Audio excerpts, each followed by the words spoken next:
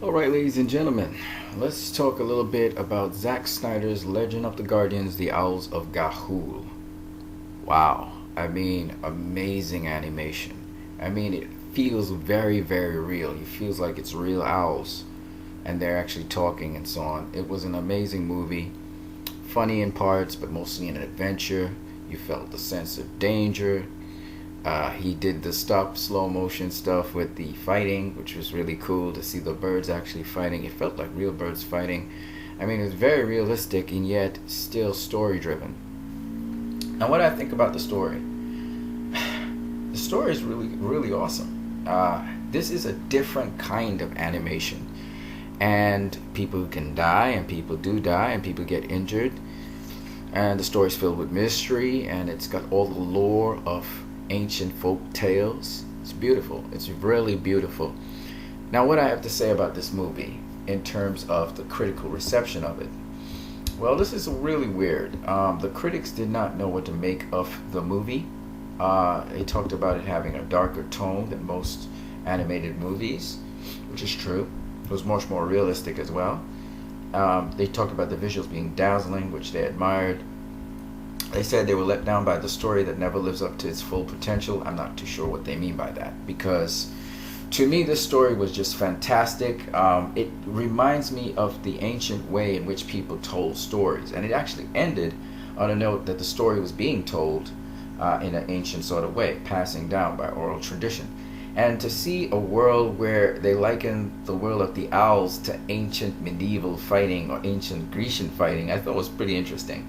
Of course, this is based on a novel written by, it's actually a series of books, actually, The Legend of the Guardians of GaHoole. I thought that Zack Snyder picked that to make certain, again, relevant, practical points about everyday life and about dreaming and so on.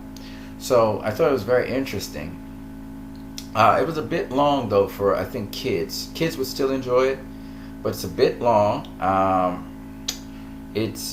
It's very realistic. It's like surrealism. So he comes from a totally different angle. So the critics didn't absolutely grasp. As usual, they just don't grasp Zack Snyder stuff. This is, again, cutting edge. This is new. It got you on the edge of your seat, like straight throughout the movie. I'm like, my stomach's in the nut. They talk about coming from the gizzard instead of from the stomach. Feeling it from, what you call a gut feeling. Instead they have the gizzard feeling, so it's very interesting. The story is it's really very, very well done. Very, very well done. But even though most people like this movie, again, 63%, get a 3.5 out of 10. That's a 7 out of 10, which is around the alley for this film. I guess the rewatchability of this movie is it's very rewatchable. It's a bit long for a little kid, for little children, even though it's 2 hours and something. It's a bit long, I would say. Little children can still watch it, but it's got realism in it. You see animals getting captured, they're getting killed. Owls eat, they eat mice and they eat mutts and stuff. So, and then the different kinds of owls I thought was very interesting, the speciation. But I guess that's all in the book. Really, really awesome. Awesome story. We have some characters which are very interesting. This guy, the soldier guy, he's very interesting as well. All the little birds and this boy's brother, and it has all kinds of things going on in it that are adult themes that are kind of introduced to children. So interesting how Zack Snyder packaged this. This was some more of Zack Snyder is sort of a visionary, so he cuts the trail for other people to follow, and he's doing a lot of revolutionary things. Like, for instance, when he did Watchmen, which was pretty much the first rated R comic book movie. It came out on as rated R. There were other rated R comic book movies like The Crow, but he kind of pushed the boundaries on that with Watchmen. I think even in the actual movie, there was this nudity and stuff. He just went straight from the comic. It was crazy. The Legend of GaHoole, it busted at the box office. It did not make its cut. What it was supposed to make was 160 million. It ended up coming up short with that. But this movie, it's interesting. I want to talk about another movie that sort of follows in the footsteps of The Legend of the Guardians Owls of GaHoole. And that movie came out last year, Kubo and the Two Strings. For those of you who know about Kubo and the Two Strings, it's a pretty awesome movie. Sony put it out. And the critics loved that movie for reasons I don't know. And I liked the movie. I thought it was good as well. Again, a bit long. But once again, animation. More conventional animation, unfortunately. Zack Snyder was more realism, super realism animation, which was pretty awesome. Seeing the birds feed away and the pace, the wings flapping a certain way, the wind blowing on them, was really all those details. Zack Snyder really was able to pull out GaHoole. Now the story of Kubo and the Two Strings was great, but again, it was very similar to the Owls of GaHoole. I thought the stories were about the same. Even so, in spite of all these great reviews and all this great stuff, Kubo and the Two Strings came up short. I mean, worse than Zack Snyder's film. They came up short, okay? And I just think that both movies, I would put them on par with one another. Except I think that Kubo and the Two Strings, its animation was different. Zack Snyder was more super realism. Kubo and the Two Strings was more animation. But the stories are about the same in terms of storytelling. Zack Snyder came from an ancient storytelling background. Kubo and the Two Strings came more from, again, ancient storytelling background with magic and stuff involved in it. What did I think about both movies? I thought they were great movies. I thought they were fantastic movies, but both did not make box office. They didn't make box office. And these movies are movies that test the boundaries. That's what I say. It's kind of pioneering movies. Kubo and the Two Strings was a pioneering film. Oh, it's not Sony. It was Focus Features, and Zack Snyder's film was what? Warner Brothers. Okay. This felt a little longer than an hour and 30 minutes. Okay, and this one felt long as well. It was a pretty long film, an hour and 41 minutes. Both of them felt pretty long, but they were not your conventional. They were not your conventional animation films. Both of them. Zack Snyder was into hyper surrealism, and Kubo and the Two Strings were into a certain degree of realism in a sort of animated context, comic book context. I thought both movies, there was death and loss and so on, but both movies were awesome. Okay, both movies were awesome.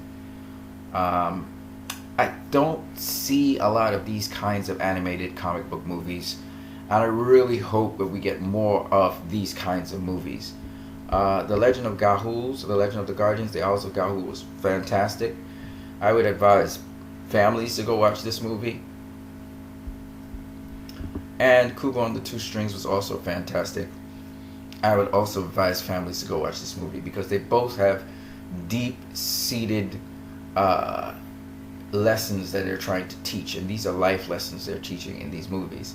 And I really liked them. I really like both of them. But again, I try to explain to people, Zack Snyder's an indie film director. He does many different things, but he's immersed in an indie style. Kubo and the Two Strings is an indie film. Focus Features, it's an indie film. It's not the same as your traditional contemporary kind of directing. You look at David Ayer, how he approached Suicide Squad. Critics were smashing at David Ayer's Suicide Squad, and people gulped it up because David Ayer came with a totally different way of filmmaking, and the way it was presented was in a totally different way. And people talk about it's a series of commercials. I just don't see that for Suicide Squad. I thought Suicide Squad was just unconventional in the way how they edited, cut it, and put it together. And except for the third act where, you know, they suspended belief, the rest of the story was pretty much believable for the most part.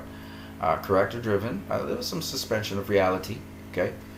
But to me, it was a great film for what it was.